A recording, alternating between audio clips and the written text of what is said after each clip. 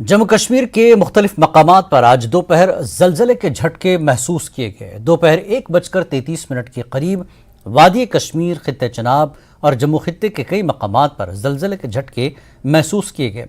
Reactor पैमाने पर जलजले की शिद्दत 5 रिकॉर्ड की गई है, जबकि जलजले से किसी किस्म के नुकसान की कोई इतला नहीं है। ताहम जलजले के वक्त लोग डर के मारे घरों से बाहर निकले।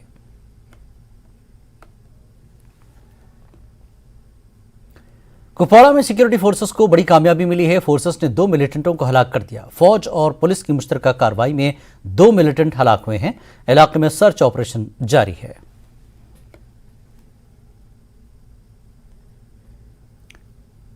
एनसी लीडर और साबिक वजीर आला जम्मू कश्मीर उमर अब्दुल्ला ने मरकज को तनकीद का निशाना बनाया। उन्होंने कहा कि जम्मू कश्मीर में कुछ अच्छा नहीं हो रहा है। उमर अब्दुल्ला का कहना है कि अगर हालात अच्छे होते तो इंतखाबात हो चुके होते। उमर अब्दुल्ला के मुताबिक हुकूमत इंतखाबात कराने की हिम्मत नहीं कर पा रही है। हुकूमत को हारने का डर है। मनशियात की स्मगलिंग के मामले पर भी उमर ने मरकज को निशाना बनाया। उन्होंने कहा कि अगर हुकूमत ये दावा करती है कि कोई दरअंदाजी नहीं हो रही है तो वह इतनी बड़ी मकदार में मनशियात की स्मगलिंग कैसे की जा रही है, वजाहत होनी चाहिए। उमर ने कहा कि वो खुद बंगला छोड़कर आए हैं। जिनके पास अभी भी बंगले हैं उनसे पूछा जाए। बीजेपी ने उमर अब्दुल्ला पर जवाबी हमला कर दिया। बीजेपी ने कहा कि उमर मनशियात की स्मगलिंग पर पाकिस्तान से बोलने की हिम्मत जुटाएं। ऐसा लग रहा है कि जम्मू कश्मीर में एक भयानक मसला है, वो है ड्रग एडिक्शन का। ये एक पॉलिटिकल इशू नहीं है, ये एक सोशल इशू है। इससे जम्मू कश्मीर के फ्यूचर को जो है बहुत ही ज्यादा खतरे में डाला जा रहा है। और अफसोस की बात यह है कि हुकूमत तस से मस नहीं।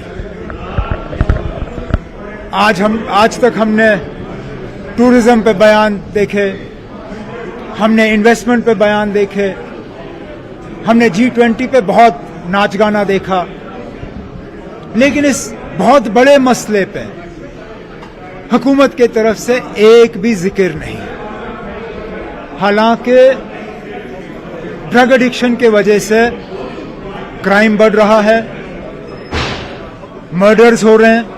जब भी गवर्नमेंट की तरफ से बात की गई है, मर्डर से हमेशा ब्लेम है कि जो ड्रग से पाकिस्तान से आता है। देखो ना, जहां से भी आए इस्तेमाल तो यहां हो रहे हैं ना, और अगर आ रहे हैं तो कहां से आ रहे हैं? सरहद पार करके आ रहे हैं। तो एक तरफ से तो आप हमें कहते हो कि यहां सरहद के ऊपर से परिंदा भी गुजर नहीं सकता।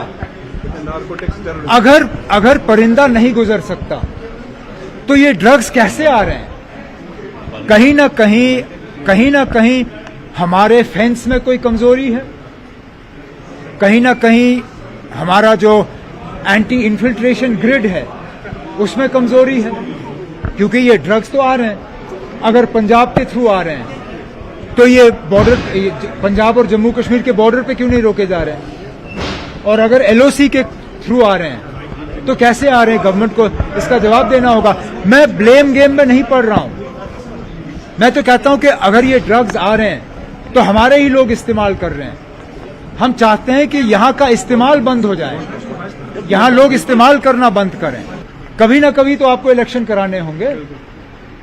आप पार्लियामेंट के अगर इलेक्शन होते हैं, अगर पार्लियामेंट के इलेक्शन हो सकते हैं तो असेंबली के क्यों नहीं? करिए पार्लियामेंट और असेंबली के इलेक्शन एक साथ, हम भी देखें। अगर हिम्मत है, ठीक है ना, आपको अकेले असेंबली इलेक्शन करने की हिम्मत नहीं है, पार्लियामेंट और असेंबली इलेक्शन मिलकर कराइए, हम भी देखें कौन कितने पानी में है। देखिए, मुझे लगता है कि उमर साहब की आंखें बंद है और उमर साहब को जो कश्मीर में अच्छा है वो दिखाई नहीं दे रहा है। G20 समिट होना आजादी के बाद पहली बार। अगर पहले बाहर का कोई क्लर्क भी यहाँ आता था तो यहाँ हड़तालें होती थी, दुकानें बंद होती थी, काल होती थी, स्टोन पेल्टिंग होती थी और ऐसे कैलेंडर्स निकलते रहते थे। और G20 समिट होना जिससे कश्मीर की टूरिज्म को एक नया बूस्ट मिले, और जो नेगेटिव इमेज बाहर कश्मीर की रह गई थी कुछ एडवाइजरीज की वजह से, नॉर्वे हो या कुछ कंट्री जब वो दहशतगर्दों के जरिए कुछ टूरिस्ट मारे गई तो एक नेगेटिव मैसेज चली गई। तो G20 वो सम्मेलन है जिससे पूरी दुनिया में एक अच्छी मैसेज चलेगी। कश्मीर में अमन है और कश्मीर में टूरिज्म के लिए सबसे बेस्ट प्लेस अगर कहीं इंडिया में है तो वो कश्मीर में। और दूसरी सबसे बड़ी बात, देखिए उमर साहब अगर ड्रग एडिक्शन की बात करिए, ड्रग की बात करिए, तो अगर हिम्मत है उमर साहब को तो पाकिस्तान को कोसी ना।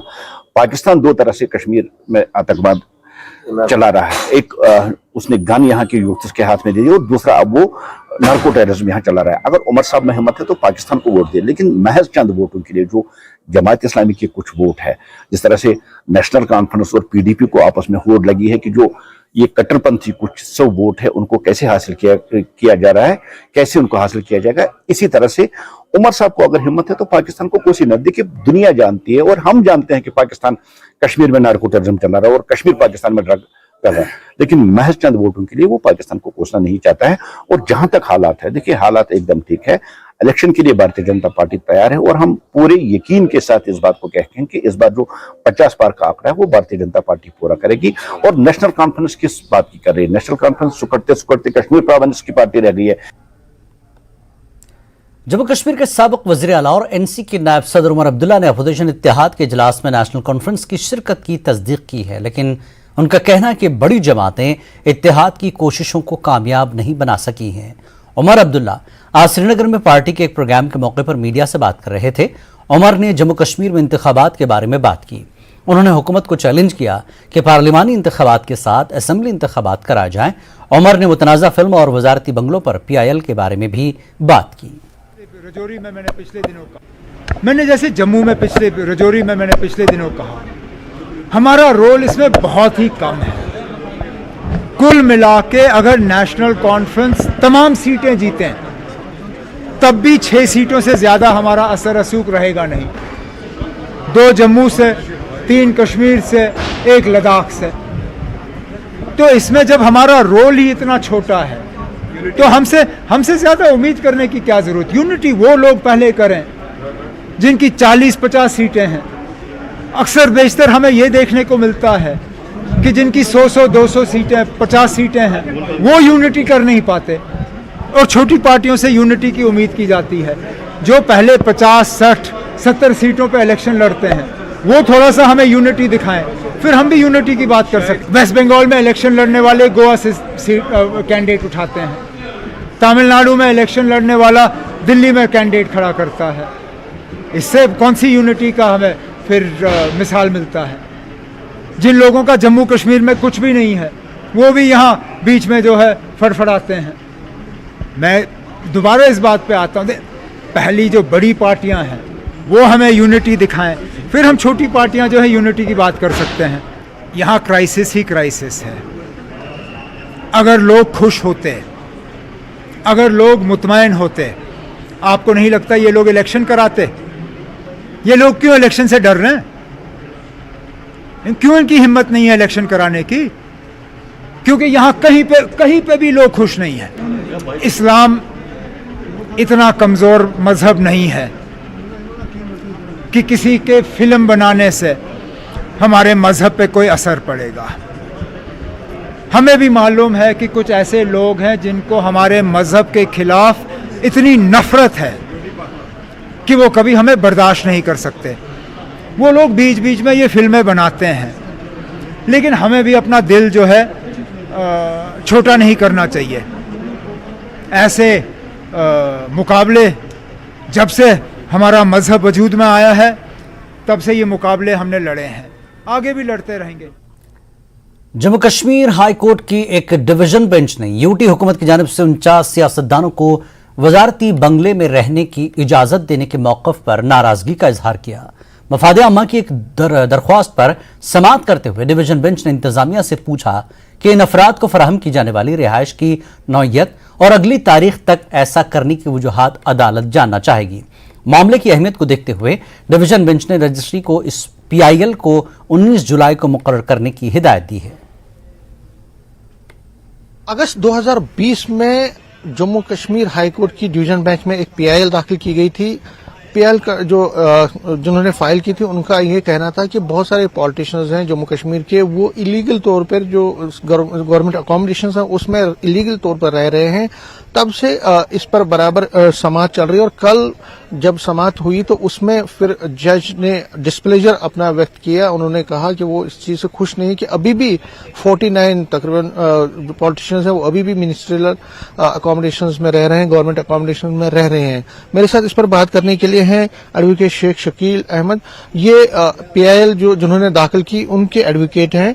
इस पर हम बात करेंगे। शेख शकील साहब, क्या कल जज ने क्या कहा, उन्होंने जो ऑर्डर निकाला क्या उसमें कहा?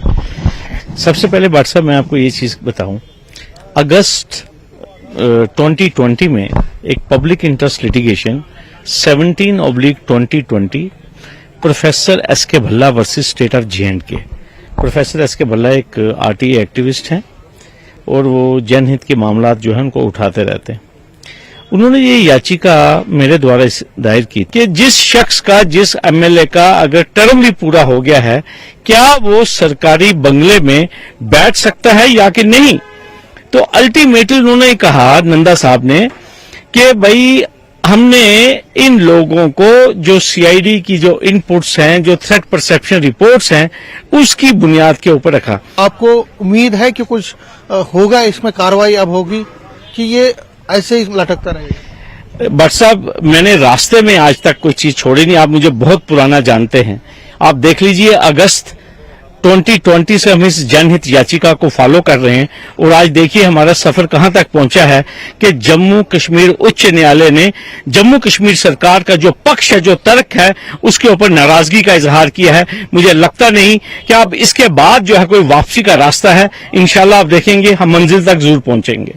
जिनको एग्जाम्पल सेट करनी होती है, जब वो डिमिट करते हैं ऑफिस, वो हफ्ते के अंदर खाली कर देते हैं। ये तो गैर कानूनी तौर पे पिछले 5-6 सालों से बैठे हैं। मैं तो ये गुहार लगाऊंगा कि जितनी देर ये अनऑथोराइजली रहे हैं, इनसे मार्केट रेंट जो है वो रिकवर किया जाए। न्यूज 18 से बात करने के लिए शुक्रिया। एडवोकेट शेख शकील साहब कह रहे हैं कि उनको होप है कि जो अगली हियरिंग जब होगी इस केस की, तो उसके बाद तेजी से इसका अमल शुरू होगा और जो जितने भी पॉलिटिशियंस हैं, अब जो 49 पॉलिटिशियंस की बात हो रही है, वो उनको वहां से बेदखल किया जाएगा। क्योंकि इनका ये कहना है कि जो ये लड़ाई है, ये आम लोगों की लड़ाई है और जो पॉलिटिशियंस गलत तरीके से मिसयूज ऑफ पावर करते हैं और फिर इलीगल तौर पर अकोमोडेशन लेते हैं, ये इसके खिलाफ भी, इस सोच और इस आइडिया के खिलाफ भी ये लड़ाई है। कैमरामैन साहिबा के साथ में Sameer Bhatt, news 18 Jammu. BJP leader और राज्यसभा मेंबर गुलाम अली खटाना। आइए पहले एक अहम और बड़ी खबर आपको दे दें। इस वक्त की बड़ी खबर, अमरनाथ यात्रा की सिक्योरिटी, 60,000 पैरामिलिट्री फोर्सेस तैनात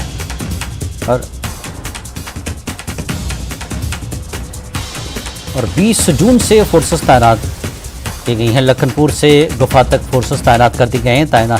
जो फोर्सेस तैनात की गई हैं, आईटीबीपी, बीएसएफ, एसएसएफ और सीआईएसएफ, सीआरपीएफ। 1 जुलाई से 62 दिन तक ये यात्रा चले। तो बड़ी खबर इस वक्त की आपको बता दें, अमरनाथ यात्रा को लेकर सिक्योरिटी को तैनात किया गया है। 60,000 पैरामिलिट्री फोर्सेस को तैनात किया जाएगा। लखनपुर से गुफा तक फोर्सेस तैनात।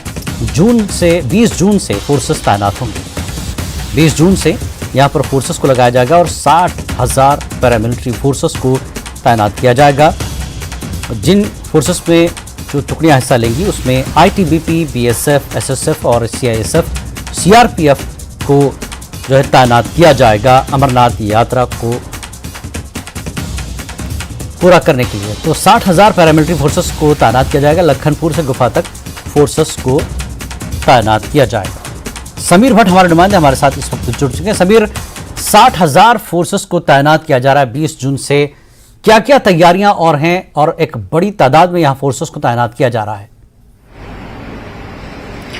बिल्कुल, देखिए सिक्योरिटी जो है हमेशा ही एक बहुत बड़ी प्रायोरिटी रही है। सिक्योरिटी, सेफ्टी, जो पिलग्रिमेज जो यात्री आएंगे मुख्तलिफ कोनों से, और इस बार तो 62 दिन की यात्रा है और तकरीबन कहा जा रहा है जो सरकारी दावे हैं उसके मुताबिक तकरीबन 6 से 7 लाख यात्री इस बार यात्रा करने के लिए आएंगे।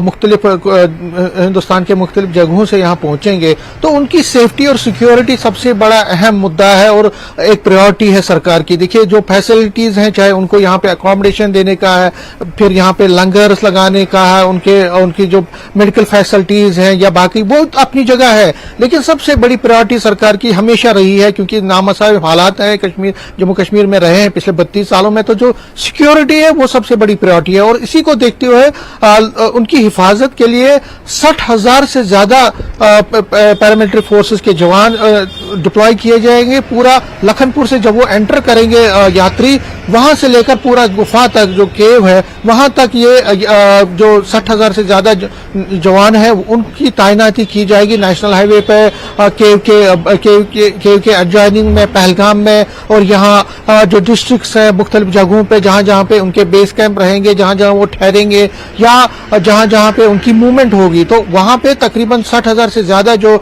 ऑफिशियली जो सोर्सेज कह रहे हैं, जराए से जो मालूमात मिली है उसके मुताबिक, और उसमें ITBP, CISF, CRPF, BSF और बाकी जितनी भी सिक्योरिटी पैरामिलिट्री फोर्सेस की जो टुकड़ियां हैं, जो विंग्स हैं, उनके जवान उसमें रखे जाएंगे, उनको डिप्लॉय किया जाएगा। और ये जो प्रक्रिया है 20 जून से इनकी डिप्लॉयमेंट शुरू हो जाएगी। देखिए अभी का जो मरहला है वो ये है कि अभी जो यहाँ अगर यात्री निवास की बात करें या बाकी जगहों पे, वहां पे रिनोवेशन, रिपेयरमेंट की बात हो रही है, वहां पे सफाई की प्रोसेस चल रही है। और यात्री जब है वो तकरीबन 28 तारीख तक यहाँ जम्मू के यात्री निवास या बाकी जगहों पे पहुंचेंगे। 1 तारीख को यहाँ पे पहला जत्था जो है वो दर्शन करेगा।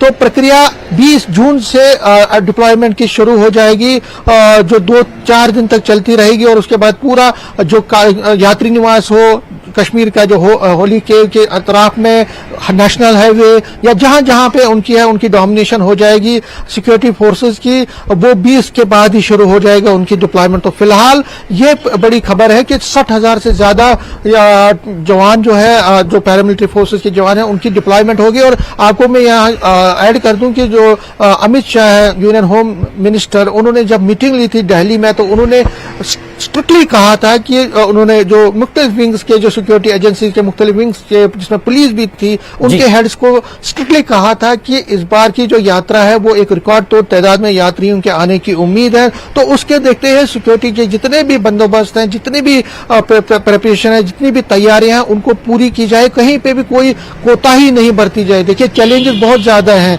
और चैलेंजेस पाकिस्तान की तरफ से ड्रोन की शक्ल में और बाकी जो टारगेट किलिंग्स हो रही है, या जो मिलिटेंसी का हालांकि ग्राफ बहुत कम है, लेकिन पाकिस्तान पर भरोसा नहीं किया जा सकता, आतंकवादियों पर भरोसा नहीं किया जा सकता। और इसीलिए उस खतरे को देखते हुए भी जितने भी माकूल इंतजाम हैं, सिक्योरिटी के हिफाजती इंतजाम हैं, उनको किया जा रहा है। और इसीलिए जो माकूल डिप्लॉयमेंट है वो की जाएगी नेशनल हाईवे पे। इसी तरह से CCTV कैमराज बहुत भारी तादाद में लगाए जाएंगे, जगह जगह पे लगाए जाएंगे।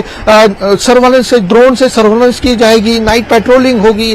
जितनी भी प्रिकॉशंस लेने हैं, जितनी भी इसके लिए तैयारियां करनी है, वो किए जा रहे हैं। और जाहिर तौर पर जो एक सबसे बड़ा एम है कि किसी तरह से जो 62 दिन की जो यात्रा है उसको अच्छी तरह से, खुश उसलूबी से, पीसफुली, अमन तरीके से और बिल्कुल विदाउट एनी प्रॉब्लम उसको कंप्लीट कराया जाए। तो ये बड़ी प्रायोरिटी है, और इसीलिए जो है डिप्लॉयमेंट है 20 तारीख से अब शुरू होने वाली है। जी बिल्कुल, ये बिल्कुल माना जाए कि लखनपुर से, जैसा कि आपने बताया, गुफा तक फोर्सेस तैनात होंगी, यानी अमरनाथ यात्रियों को बेखौफ होकर अपनी यात्रा पुरअमन तरीके से पूरी कराई जाएगी। इस बार वाकई एक रिकॉर्ड यात्रा देखने को मिलेगी। बहुत बहुत शुक्रिया समीर इस जानकारी के लिए तफसीली। यहां रुकेंगे छोटे से ब्रेक के लिए, ब्रेक के बाद फिर लौटते हैं। इस साल की अमरनाथ यात्रा के सिलसिले में तमाम तर इंतजाम मुकम्मल कर लिए गए हैं, जबकि बॉर्डर रूट्स ऑर्गेनाइजेशन की जानब से चंदनवाड़ी और बालतल से मुकद्दस अमरनाथ गुफा के रास्ते को मुकम्मल तौर पर बहाल करने का काम भी शद्दुमत से जारी है। कश्मीर के मकामी लोग भी यात्रा के इंतजार में हैं। पेश है खास रिपोर्ट।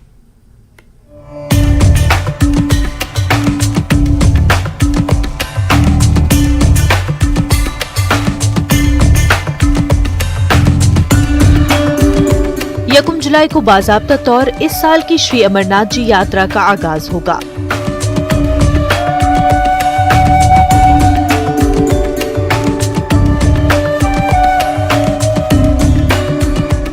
यात्रा का पहला जत्था नुनवन बेस कैंप पहलगाम और बालतल से बाबा बर्फानी के दर्शन के लिए इन्हीं हिमालयाई रास्तों से रवाना होगा।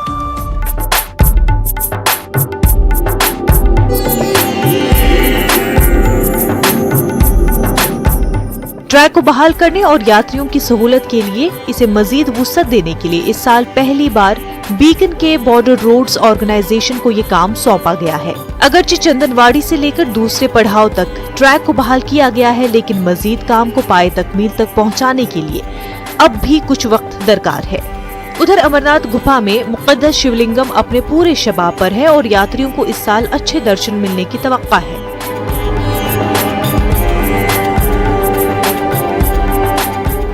ऐसे में इस साल यात्रियों की तादाद में मजीद इजाफे की तवक्का है।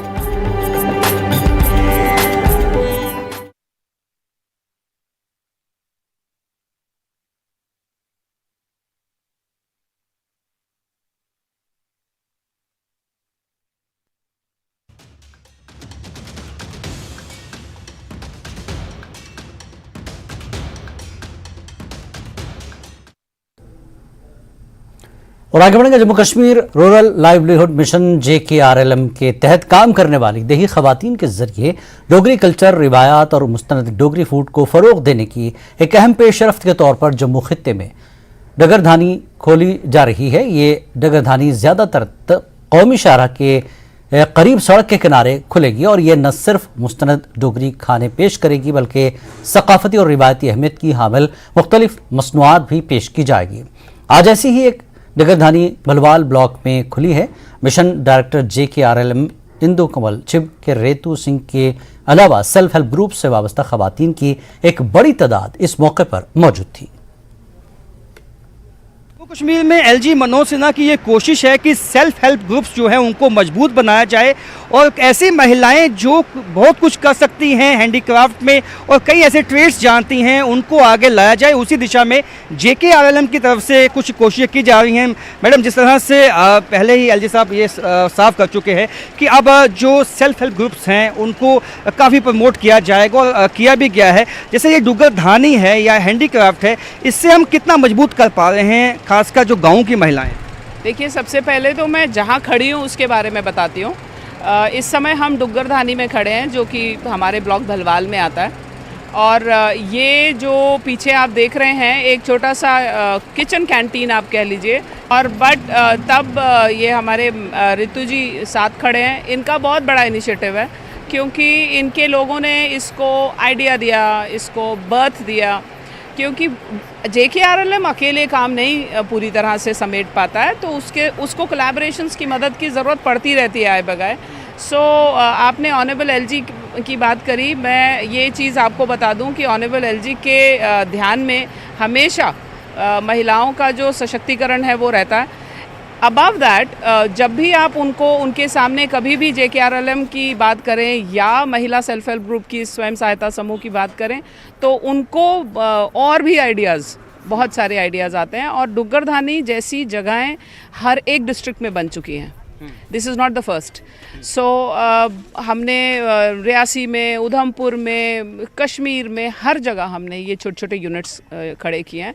बिकॉज़ मेरा अपना मानना ये है कि महिलाओं को खाना बनाना वैसे उनके बिहेवियरल एक ट्रेट है और बहुत कंफर्टेबल रहती हैं वो खाना बनाने में, तो खाना बना के उसको बेचा जाए, इससे ज़्यादा अच्छा बिजनेस एंटरप्राइज हो नहीं सकता। स्पेशली हम जम्मू एरिया की बात करें तो यहाँ हैंडीक्राफ्ट को अगर कोई चीज़ कॉम्पेंसेट कर सकती है वो हमारा खाना है। तो कश्मीर में हैंडीक्राफ्ट है बहुत स्ट्रॉन्ग, तो इसलिए this is a very wonderful initiative and I suppose हमारी कोशिश ये है, JKRLM में हमारी कोशिश ये है कि हम मिनी बस एसोसिएशन, मैटाडोर वाले, ऑटो रिक्शा वाले, आगे पीछे के दफ्तर, इन लोगों को जाके बताएं कि यहाँ डुगरधानी खुला है और यहाँ आके खाएं, मोस्ट वेलकम। बट अगर हम वो टेक अवेज बना सके, वो जो डब्बा सर्विस होती है, अगर डब्बा सर्विस बना सके और भी बेहतर है। तो आपकी कोशिश थी कि जिस तरह से मुंबई में एक डब्बा सर्विस है, आपकी कोशिश है, तो क्या कुछ इनिशिएटिव लिया गया है उसकी तरफ? यस, मैंने पहले भी एक जगह बोला है कि मैं बहुत इंटरेस्टेड हूँ डब्बा सर्विस खोलने के लिए। और डब्बा सर्विस में मेरी महिलाओं को एक बहुत बड़ा एडवांटेज ये होता है कि इस बुलेटिन में फिलहाल इतना ही। आदाब।